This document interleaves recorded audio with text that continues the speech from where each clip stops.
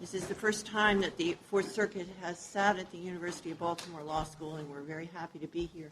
And we appreciate counsel coming here because I know that sometimes you may feel uncomfortable in the law school, and it's very helpful to the students to see what actually happens. This is a real case, not a moot courts, so we ask you to be silent and listen carefully. Counsel, we're ready in our first case, number 1442. Mr. Smith.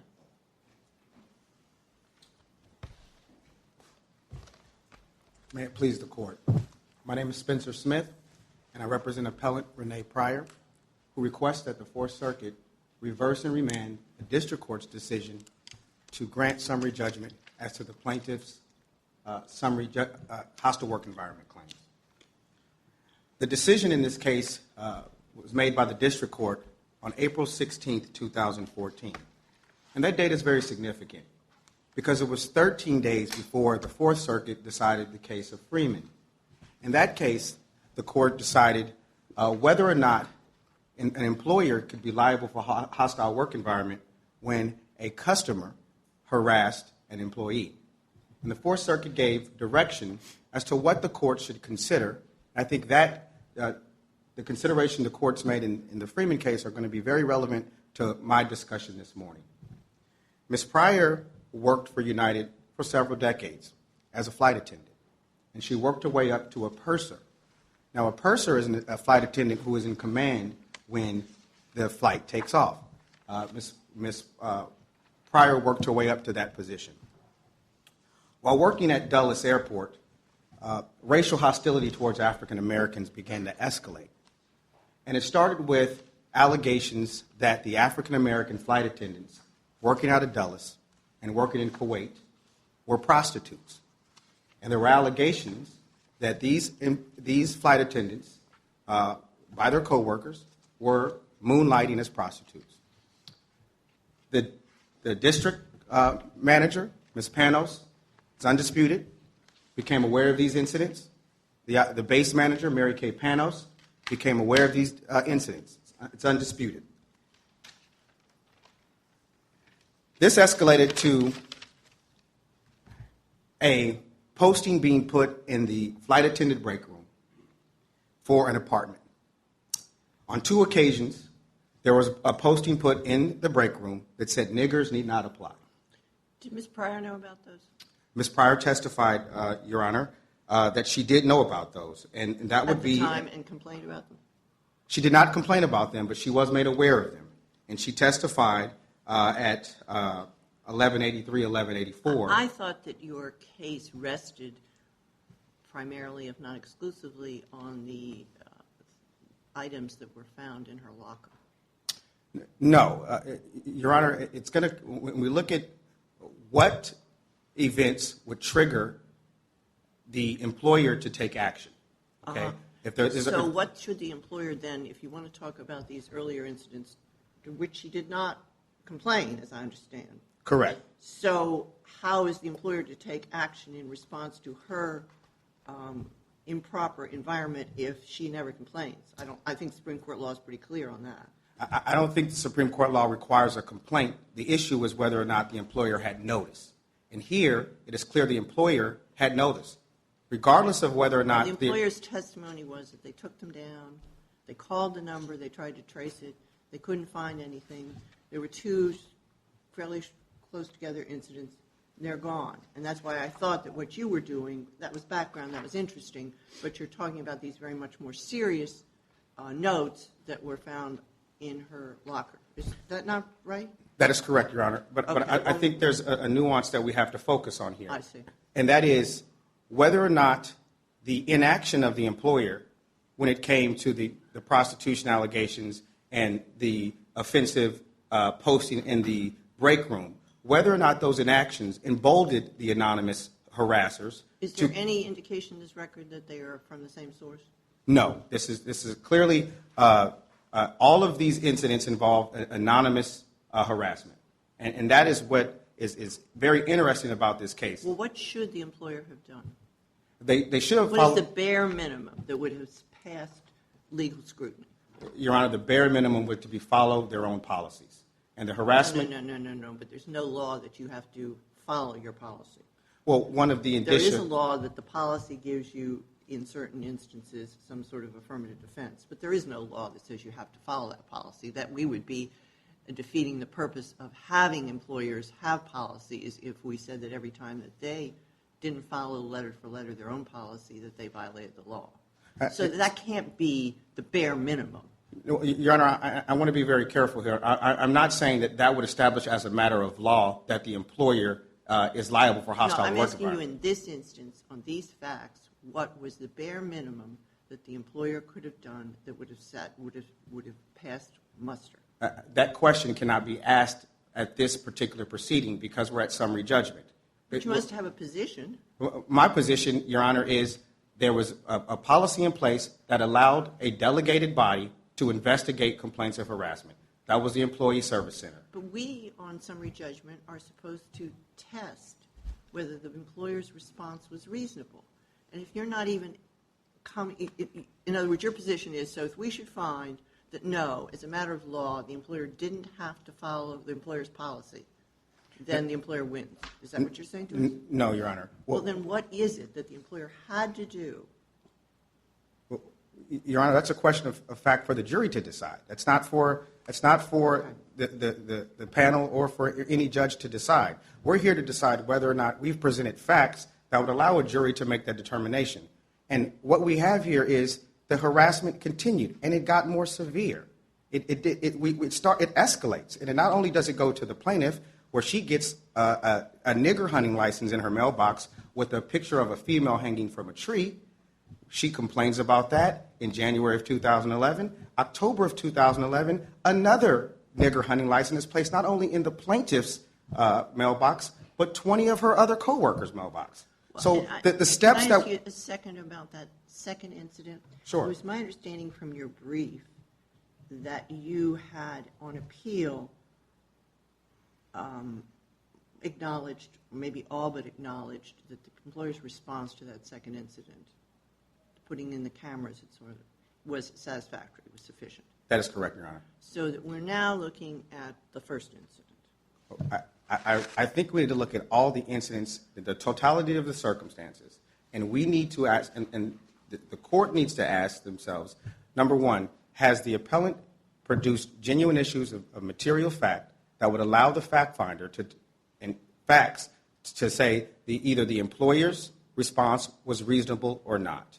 And when we look at the prostitution allegations, the policies at United Airlines stated that if a supervisor, a local supervisor, becomes aware of harassing conduct, there is a procedure to follow. That is to escalate it to the Employee Service Center so they can do an investigation. It's undisputed that did not happen with the prostitution allegations. Mr. Smith, yes, Your can I Honor. ask you a question? Yes. As to the rumors, a rumor is a rumor, but how are these rumors conveyed and to whom?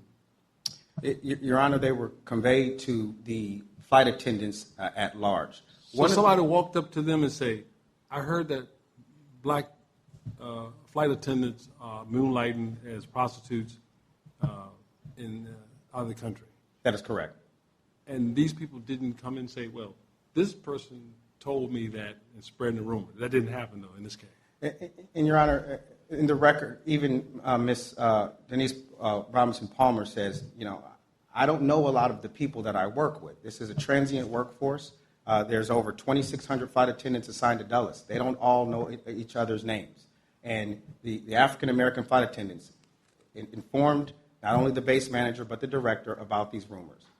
Your Honor, to have a woman in the workforce traveling and working and to be accused of being a prostitute, at a bare minimum, if these type of allegations are being made and disseminated amongst the workforce, an investigation could have been done to figure out who was making these rumors and to stop it. The issue we have here is whether or not the lack of action emboldened the anonymous harassers to feel that they can get away with not only making up rumors. It started with rumors.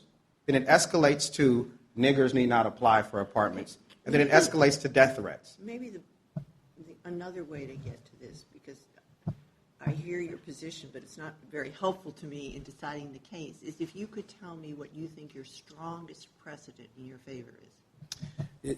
Your Honor, the Fourth Circuit has not had the opportunity to visit the issue of anonymous threats in the workplace. Yeah, we have, but none of those cases are very helpful to you, but go ahead. Okay. Your Honor, and what we did was we cited some out-of-circuit authority. So just tell me your best case. And Your Honor, that would be the Tadme case versus Union Pacific out of the 10th Circuit. And there, Your Honor, and this is the issue that you and I are having now, is the court there gave some instruction and said, although there may be difficulties with anonymous acts of harassment, those difficulties at most present factual questions about the reasonableness of the employer's response. You know, I took that in your reply brief, and when I read your reply brief, I went and got the book, the books out of the bookshelves. You people aren't familiar with that, but they're on the bookshelves. Your Honor, I've never done that. I went and looked at it out of the bookshelf, and the problem, it seems to me, for you in that case, is that there was so much more discriminatory activity going on. I mean, it was just a sea. And Your Honor, and you would recognize that. Your Honor, I would definitely recognize that. And Your Honor, I think what we have, what we need direction from the court is, and what Your Honor is doing today is saying, what facts do you have? What are the? I'm saying, what is a reasonable response to what was done here? That's what the Supreme Court has said. And that question the employer has to act reasonably. The Supreme Court doesn't say the employer has to follow regulations that the employer creates. I agree with you, Your Honor, but that question is a question of fact for the jury to decide. And whether or not, if you meet a certain threshold, it is. Correct. And so the threshold. For example, in the second incident, you've conceded that as a matter of law, you're not pursuing it, that the employer acted reasonably. But that's exactly why he should have put up the camera after the first incident. Isn't that your point? Yes, Your Honor. If the employer had waited until a third incident before putting up the camera, your case would be better, but it would still rest on the same legal foundation, would it not? Yes, Your Honor. Well, the employer's explanation for not putting up the camera, so that would be, is that your submission? That's the only thing that the employer could have done that would have been a reasonable response? Investigate the matter. No, not investigate, because the employer did investigate. Your Honor, and that's where putting up the camera was the only thing the employer could have done. I think speaking to the coworkers, speaking to the workforce, speaking to those who had access to this secure area, at a bare minimum, that would have been enough. I think the cameras that would be too much to even ask, but it did stop the conduct. But at a bare minimum, just speaking to the witnesses and saying and putting a notice out there, we're not going to tolerate this. Well, of course, the employer did ultimately do all that. After 2 months, Your Honor, and again, if we have a situation where a lot of the cases that are cited by both parties in this case deal with the immediacy of the response to the remedial action, and the majority of these cases, whether we have a noose in the workplace or allegations of harassment, we have an immediate contact with the workforce in general. We do not have that at the case at bar. We just don't have that. Did we have any doubt in this case that the perpetrator of the horrible death threats was a co-employee? There's no doubt. There's no dispute. Did anybody else have access to that secure area other than someone working for United? No one else had access. With United's authority? No one else had Does access. the record tell us that? The record does not tell us that. Like there could be, does United outsource janitorial work? Your Honor, that would, and I'm not familiar with that. Well, that would be on United's authority. Correct. But not a United employee. Correct. But not an employee, but somebody, in other words, nobody gets in there without committing a criminal act in the absence of United's authority to be in there. Correct. And I think, Your Honor, and that it becomes very important to look at the analysis of Freeman, where we had a customer, someone who was not even an employee of the defendant employer, where the court imputed liability on the employer because they had knowledge of his conduct. And when we look at the Freeman case, his actions did not arise to the level of making death threats. He used the N-word when discussing things. He referred to women as bitches, but he never escalated his conduct to death threats. In this particular case... Mr. Smith, your time has expired. You can finish your sentence. Okay. In this particular case, we do have acts that arise to the level of death threats, and I think that's where we take this matter into a different realm, and I'll reserve the rest of my comments for rebuttal. Thank you, Your Honor.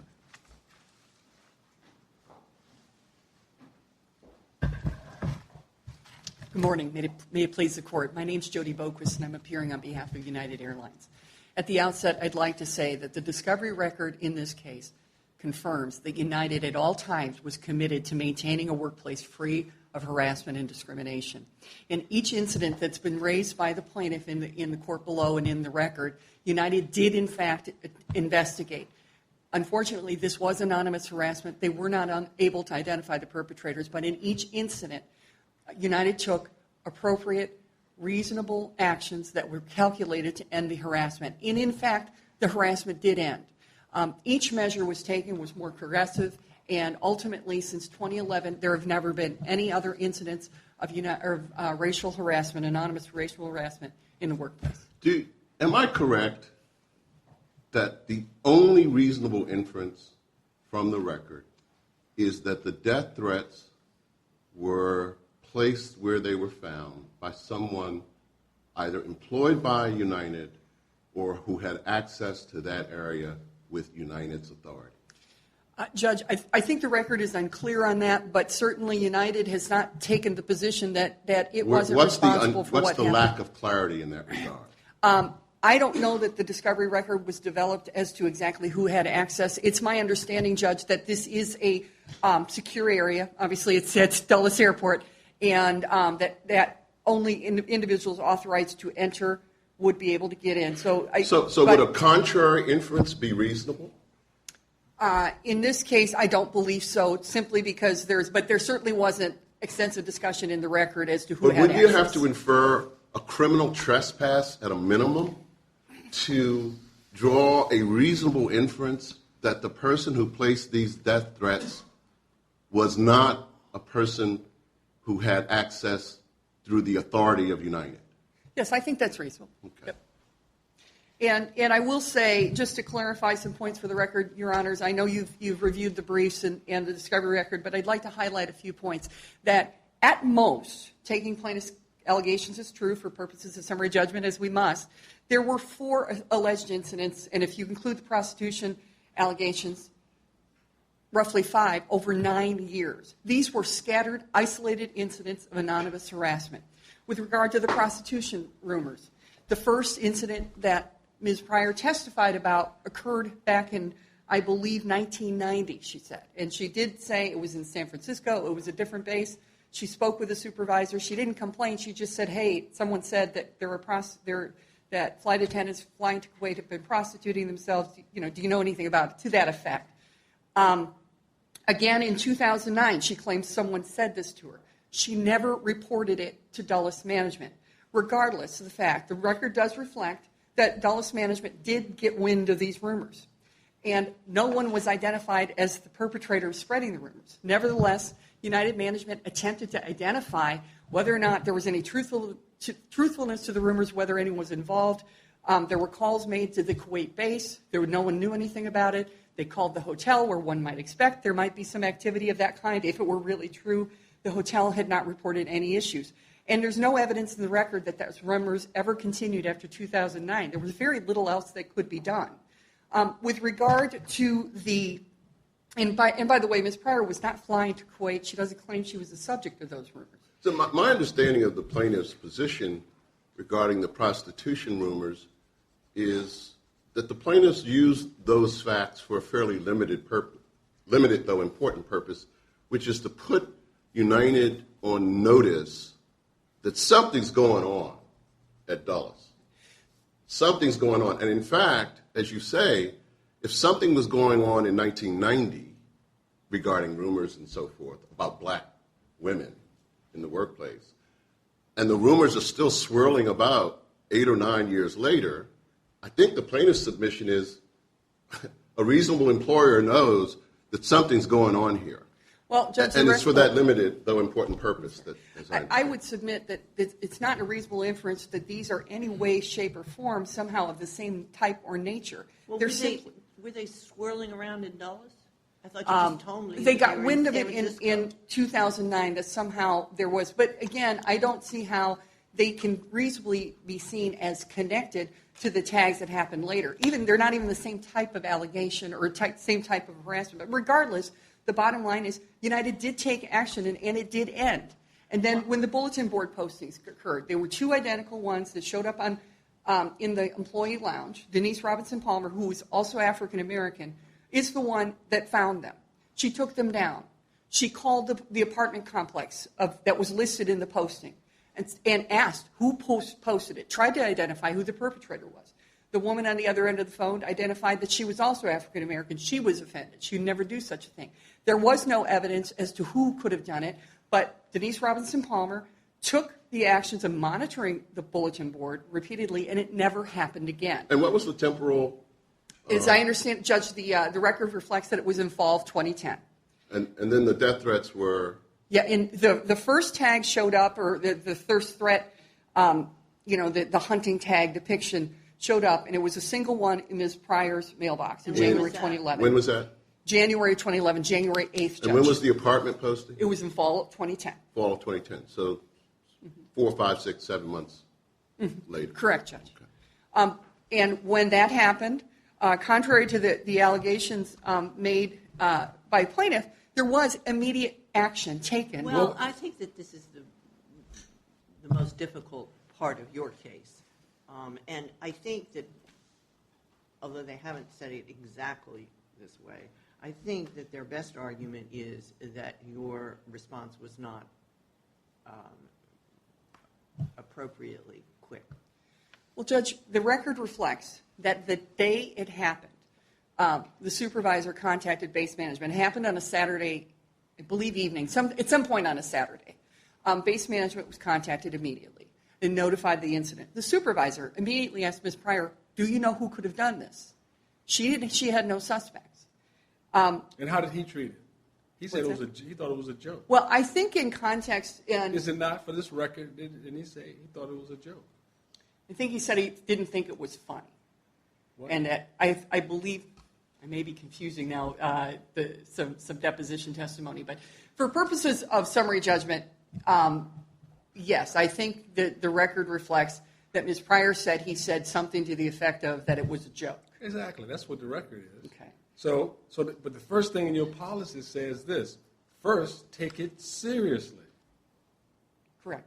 That wasn't done. That's the first thing. Well, but Correct? Judge, I think the fair inference when you look at the total record is he did take it seriously. It's undisputed. He contacted base management that evening to notify base management of the incident. He didn't just ignore it or sweep it under the rug. The fair inference is that he did take it seriously. He And didn't take more, it to ESC. he didn't take it to the ESC, and this is what I'd like to point out. That, and even Ms. Pryor said she expected corporate security to deal with this.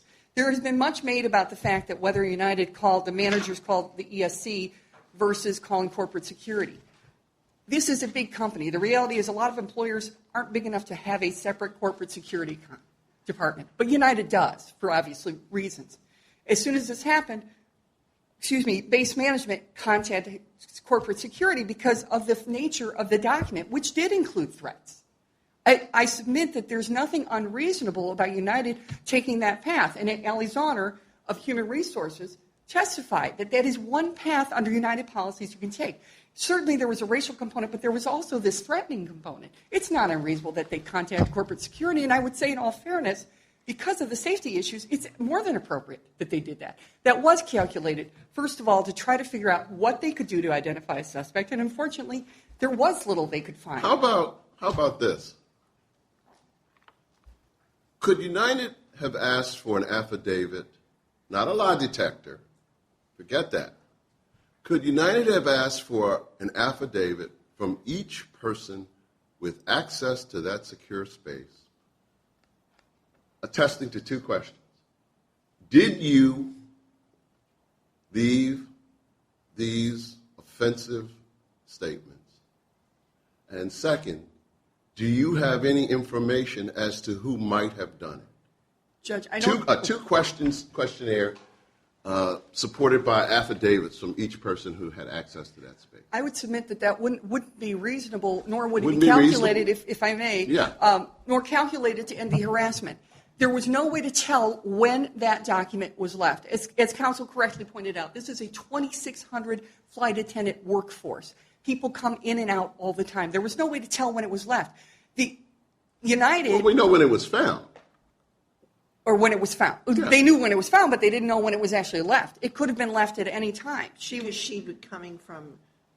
going out. She was going out to Moscow, and I believe the record reflects that the last time she had been in the airport had been at least a week earlier, and it's unclear that from the record if she checked her mailbox at that time. But regardless, the fact of the matter is, the time that, at that point in time, United was pretty pragmatic, I think, about looking at, okay, we don't know who did it. There's no way to tell who did it, when they did it. And it's difficult to imagine that somebody would admit they have done it through an affidavit. But if I may, the reality is United Why is that turned its... difficult? What's that? Why is that difficult? That somebody would admit that they left a racist note in Renee. Or that they have Pryor's information. mailbox? They have information about who might have done it.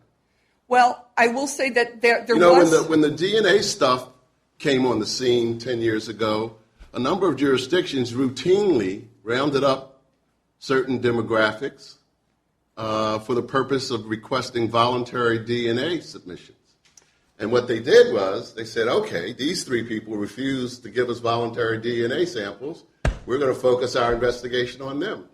You know, you could criticize that technique, but it has other applications. But if I may, Judge, Yes. I will say that under the circumstances, first of all, United did act, I think, pragmatically in focusing on monitoring the mailbox. United did, in fact, end up sending a must-read email sometime later. There is still no evidence to this day that anyone witnessed it, that anyone had any information. I think for me, the more troubling thing here is United did all these things. They had all these employees talk to each other. And then, as I read the record, by the end of January, things stopped. Case is closed. Then she reports, at some point, the case is closed, then she reports to the police. That ignites a new wave of stuff. And finally, in March, the end of 25th of March, they post the notice. Well, Judge, if I may, I think it's a little different than what I think I might have the time a little wrong, but you would agree with me that there was this initial push talking to each other. And then United thought they could do nothing. They closed the case. Well, And I don't the plaintiff think... went to the police. No, actually, I don't think, first of all, that United thought they needed to do nothing. They were monitoring the mailboxes. There were no further incidents, and they maintained contact with corporate security through February 4th, Judge. And then All on right. the heels of that, All right, as I'll I buy understand that it, through February 4th.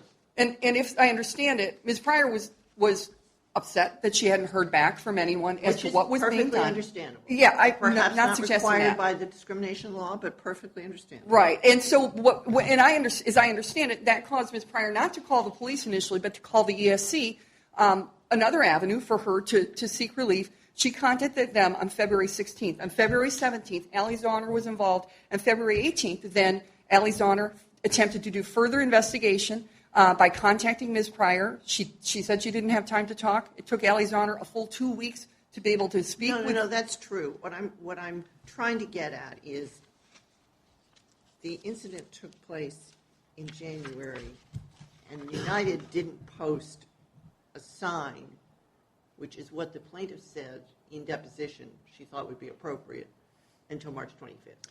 Well, Judge, And I think... is that an adequate response, an adequate prompt response? Judge, in the totality of the circumstances of this case, I believe it is. Because, first of all, there was more than just the must-read email that was sent out. They were monitoring the mailboxes. Supervisors were notified.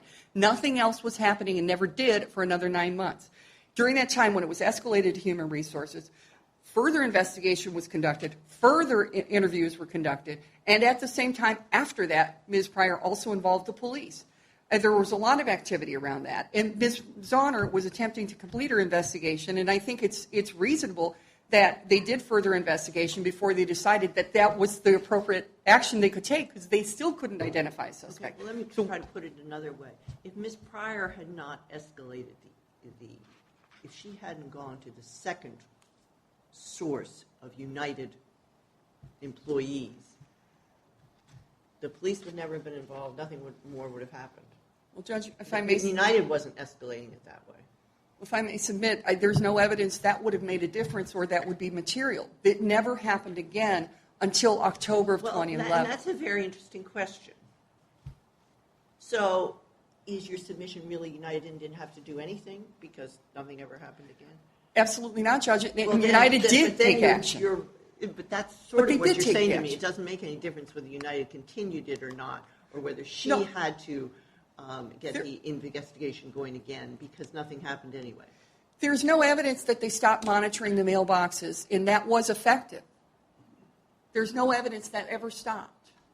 And so I submit, Judge, that this wasn't a situation where United thought it didn't have to do anything. Certainly when Ms. Pryor contacted Human Resources, they took additional action, but it's not as if they ignored the situation. And I think, Judge, in some of your decisions that you've correctly pointed out, in the Fourth Circuit doesn't require that a particular remedial response, and it need not be the most certainly effective. This was in your opinion, your concurrence in the Xerxes case. But certainly, maybe there could have been something more effective, but that isn't the standard in hindsight. In the totality of the circumstances, United's actions were reasonable. They were calculated at the end of ending harassment. United sent out some communiques to the employees about soliciting information about this. Why was it so cryptic? It didn't even tell them what the allegation was. Judge, thank you for asking that. And that point was raised below. If United put any detail as to what this incident was to a workforce of 2,600 flight attendants, it would be actually spreading the harassment. Why? Because You got a lot of to people hear- who want to send notes that say niggers No, on hunting license? well, first of all, Or would be inspired to do so? it could be. It could inspire copycats. Oh. Sure could. And certainly, giving any details to what the content was, they wouldn't repeat that. That would only spread the hostile work environment. What United did was appropriately say there was offensive material put in the mailbox. It didn't even mention that it was racially motivated. Well, if it was racial or sexual, regardless, it would have been inappropriate. And I don't know that matters, but because It does United, matter when you have a workforce, and that's what I think that the appellants are talking about, the whole the instance of the rumors spreading over a period of almost a decade. You have that environment going on. You have the apartment type thing. It makes a difference that this was racially motivated, doesn't it? In your environment, United obviously has some problems going on. And you're saying you're not responsible for them, but you have rumors persisting that long and so particularized to black women. You don't think it made a difference that this was racially motivated? Looked like United was more interested maybe in their saving face than it was maybe finding. absolutely not, Judge. Or I not, don't but why believe not that's- mention that it was racial then? What's that? Why not? Because, again, I think what the company was concerned about was making sure that people on notice that there was something inappropriate going into mailboxes. I don't believe that they needed to be more specific, because what the point was is any inappropriate materials going into the mailboxes should be monitored, and that everybody should keep an eye out for it. And the reality is, on the prostitution rumors, this wasn't constant rumors. There are 2 incidents that she reported that she said there's no evidence in the record that there was constant. You just told the court that the command in Dulles found out about them. In 2009, but there's no, if I may, and perhaps I misunderstood, but I don't think there's any record that there's constant rumors from 1990 to 2009. There was one incident that she reported in 1990, and then the other incidents occurred in 2009. That's what I was trying to address, Judge. But who received those rumors? In your command at There were Dulles? 2 people that reported, and the record reflects that 2 people reported hearing those rumors to Denise Robinson Palmer in 2009. And then you investigated those. Whether or not that was in response to their direct response, or if it was base management hearing about it, the record reflects that somehow base management heard about it. It's unclear if it was from those 2 individuals or if it was someone else. But they did take efforts to investigate. And, as I said, there was little to go on. They weren't able to verify. No one was identified as the person. The two individuals that reported to Denise Robinson Palmer did not identify the people that were making the rumors. So there was no way to. But you help me with this. This is the problem I have with the district court's ruling. And it's right in the record. The basis of the ruling was that, first of all, this did constitute the first three prongs of hostile work environment. But the last prong, as to imputing it, the reason it was not found, and the sole reason was that there's no evidence that had they investigated differently or done something different, that they would have disclosed who the culprit was. Do you believe that that is the standard? That you have to, it's all based upon whether or not you would find the culprit. That's the metric. Do you think that's the law? No, Judge. The law is whether the actions, whether United responded in a reasonable manner that was calculated to end the harassment. So you agree that that standard is not correct, that the district court standard? That's Judge, the sole reason for the ruling. I didn't read the opinion that way because I do think I read it what it said. Sorry, if I may, I think she cited the correct standard, and that in the end, that certainly is one factor that is considered in determining whether to impute liability, is whether or not the harassment ultimately ceases. I'm sorry, I see my time is up. Your time is up. I just wanted to check one factual thing. Both you and your colleague have said there are 2,500 flight attendants based in, is that right? Correct. Are there other, does this count like mechanics? Are they? No, it's just flight attendants that are based out of the Dulles area. In this area, who else has? They could be commuting from anywhere in the country. No, I understand. Oh, I'm Those sorry. are flight attendants. Are there other United employees that have access in here? In the domicile there? Yeah. Judge, that is unclear from the record, and I would assume that is the case, but I couldn't speak to that directly. Okay. Thank you very Thank you. much. Mr. Smith, you have a bit of time left for rebuttal.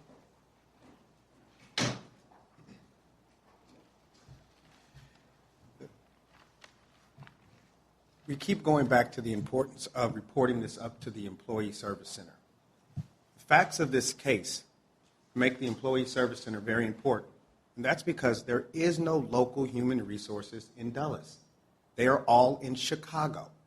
And so when a supervisor becomes aware of harassment, it's incumbent upon that supervisor to communicate with Chicago so Chicago can investigate the harassment. Mr. Smith, tell us why. This would answer this directly, since you're on rebuttal, and that's what rebuttal is for. Why was sending it to security inadequate? And I want to quote the 30B6 deposition. We took the 30B6 deposition, and they designated Ali Zahner, who is in charge of human resources in Chicago. And Ms. Zahner stated that you would report an issue to corporate security if it did not involve harassment. And that is at JA 1542. I think that we can all agree that they didn't follow the letter, but that's not what Judge Gregory, I don't think that, I think he meant legally why that wasn't sufficient.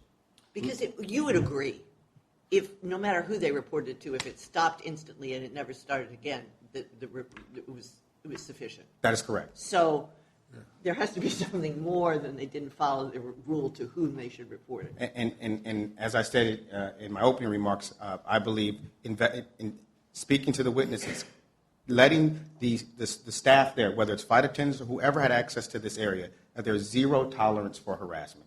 Letting the staff know that we are aware of racial issues going on at Dulles, and we have a zero tolerance policy, and we will take action if it continues. That does not happen here. And what we have is we have a local management team who doesn't want to escalate harassment. So when they see the word nigger written on the wall, they rip it up and throw it away and don't tell anybody. When an employee says, my life has been threatened at an airport, and the environment we live in today, where there's death threats at an airport, we cannot minimize this because it involves African Americans as opposed to another group. Because we all know that in the environment we live in, if there were certain groups in this country that made these type of death threats at an airport, everyone would be coming down. Outside agencies as well as corporate security, as well as the Employee Service Center. But what we have here is we have an issue with race harassment. And as pointed out by Your Honor, we have a local management force that doesn't want to escalate it. They want to save face. That's what kind of hangs me up. You know, I think that forklift and all those cases seems to me correctly frame the legal question about whether the employer's response is reasonably calculated to bring an end to the harassment. But not all harassment is the same. And it seems to me racial death threats may not require the same kind of response that some less severe threats. This was a death threat against an identifiable human being of a racial classification. And I don't know how it gets any more serious than that. As far as I'm concerned, you call out the cavalry when that kind of thing happens. And when you don't call out the cavalry, 20 other African Americans get the same death threat. Precisely. And that's what happened here. That's And the I facts don't of this case. understand how it cannot be a jury question as opposed to a question that can be resolved as a matter of law. If the word reasonable means anything, it usually means, except at the polar extremes, that it's a factual question. And I'm having difficulty in this case seeing how, if I happen to think, I'm not saying I do, but if I happen to think that United's response wasn't reasonably calculated here, that somehow I'm an unreasonable judge. And that's what Because that's what it amounts to. Yes. I can't think that. You've just acknowledged to me a few minutes ago that as a matter of law, their response to the second thing that was in the following fall was reasonable. Yes, Your There's Honor. no jury question there. No. So there are some responses That that are- are reasonable, Yes. even though reasonableness and intent and everything are usually jury questions, but sometimes they're not. That is correct, Your Honor. I would agree with that statement. But again, what we have to look at are the facts. There's facts that are specific to this particular case. In some instances, you have local human resources. You have a complaint procedure that is there locally that can handle these matters. But because Dulles did not have a local human resources, it was very important that these supervisors, the director of Dulles, as well as the base manager, communicate these issues up to the chain of command. When Ms. Zahner was investigating these issues, she said, I was not aware of the prostitution allegations. No one told me about the posting in the break room referring to African Americans as niggers. And if I would have known that, I would have made a different decision about there was no policy violation. So we have limited information from the individual tasked to investigate this. The individual who found that the death threats did not violate any United policy. We have a complete failure of understanding. If we have a human resources official look at a death threat with an African American hanging from a tree and say that doesn't violate any of our policies here at United because it's anonymous. Let me ask you this. What if this, we have exactly what happened in the first instance happen again? Yes. And there is never another death threat. And Your Honor, Do you have a cause of action? and there is no further death threats? Right. And the cameras are put in place? No. The first incident. Just Oh. exactly the same facts as we have. The whole back and forth and different United people reporting and posting the Yes. the sign in March, And I think that's and we never have another threat. that's the factual underpinning that the district court builds upon to rule No, that the I'm corporate. just asking you. I Do think you have a cause we of still have a action? cause of action because we're going to say the events preceding the posting of in the mailbox put United on notice that action should have been taken. But how could any court hold it a jury question whether the response had been effective or not if it stopped the discrimination, if it stopped the harassment? I'm sorry, but I thought you asked me if after the posting was put in the mailbox. After the posting is put in the mailbox, and the United does all of these meetings, and they talk to the police, and she talks to the police, and they finally post that notice, United does, about this discrimination, and United doesn't tolerate it, and there's never another incident. Yeah, and our focus is assuming it never happened again, it did not happen in October, we would still believe there's a cause of action for a hostile work environment because we believe actions could have been taken before the death threats were put in the mailbox, which could have stopped it. And that is just, again, So then that rests on these earlier incidents, which she didn't know about and didn't report.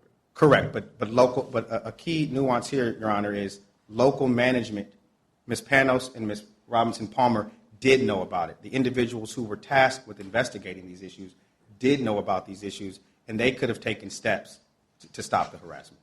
Thank you very much. Thank you. Thank you both for coming. In the Fourth Circuit, we have the custom of coming down and saying hello to the lawyers after the argument. We like to do that, and then we'll go directly to our next case.